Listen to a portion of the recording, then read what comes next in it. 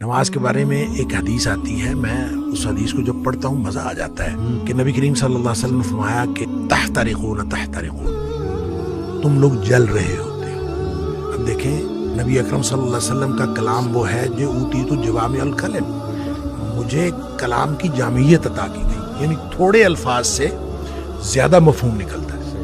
وہ اللہ کے نبی دہرا رہے ہیں تحترقون تحترقون، تم جل رہے ہو، تم جل رہے ہو، گویا گناہوں کی بھٹی میں جل رہے ہو۔ حتی اذا صلیتم الفجر، یہاں تک کہ تم فجر کی نماز پڑھ لیتے ہو، غسلتھا، وہ اس کو دھو ڈالتے ہیں۔ ثم تحترقون تحترقون، پھر تم نکلتے ہو تو پھر وہی دنیا ہے، وہی گناہ ہے، وہی آنکھیں، وہی سماعتیں، کہاں کہاں تم پھر رہے ہو اور گناہ ہو رہے ہیں۔ شکر ہے آگے ظہر کی نماز کا وقت آ جاتا ہے۔ حتی اذا صلیتم الظہر غسلتھا، تم ظہر کی نماز پڑھتے ہو، اس کو دھو ڈالتے ہیں۔ یہاں اسی طرح نبی پاک صلی اللہ علیہ وسلم نے پانچوں نمازوں کا ذکر کیا۔ ثم تحترقون تحترقون، پھر تم گناہوں کی بٹی میں جل رہے ہوتے ہو، آگے نماز آ جاتی ہے، غسلتھا، اس کو دھو ڈالتے ہیں۔ لیکن جب عشاء کی نماز کی بات کی نا تو آپ نے فرمایا کہ حتی اذا صلیتم العشاء غسلتھا، وہ اس کو دھو ڈالتی ہے۔ اس کے بعد آپ نے ثم تحترقون نہیں فرمایا، آپ نے فرمایا تو ثم تنامون، پھر تم سو جاتے ہو، پھر تم سو جاتے ہو۔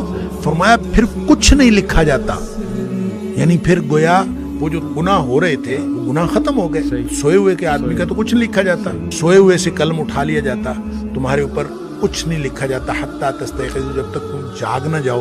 اچھا، اس کا مطلب یہ ہے کہ جو نہیں سویا عشاء کے بعد تو وہ تو تحترقون تحترقون ہو رہا ہے۔ تو یہاں سے ایک بات، ایک مسئلہ نکلتا ہے کہ ہم جو عشاء کی نماز پڑھ کے جاگتے رہتے ہیں اور 11-12 بجے تک جاگتے رہتے ہیں، وہ ہم گناہوں کو سمیٹتے رہتے ہیں اور غسلتھا کیے بغیر سو جاتے ہیں، اتنا بڑا رسک لیتے ہیں۔ اس لیے نبی پاک صلی اللہ علیہ وسلم نے حضرت ابو ہریرہ رضی اللہ تعالیٰ عنہ کو فرمایا تھا کہ ابو ہریرہ سونے سے پہلے وتر پڑھنا نہ بھولنا۔ یہ جو وتر ہے یہ اصل میں رات کی نماز ہے، یہ عشاء کی نماز نہیں ہے، رات کی نماز ہے۔ تو جس شخص نے تو عشاء کے بعد فوراً سونا ہے وہ تو عشاء کے ساتھ پڑھ لے کہ اس نے سونا ہے اس کے بعد۔ تو جس نے نہیں سونا، رات 11-12 بجے تک جاگنا ہے، تو وہ پھر وتر نہ پڑھے، تاکہ وہ اپنے سونے سے پہلے وتر پڑھے۔ وہ جو جتنا کچھ تحترقون تحترقون ہوا ہو اس کو غسلتھا کر دے اور پھر آدمی سو جائے۔ کیا بات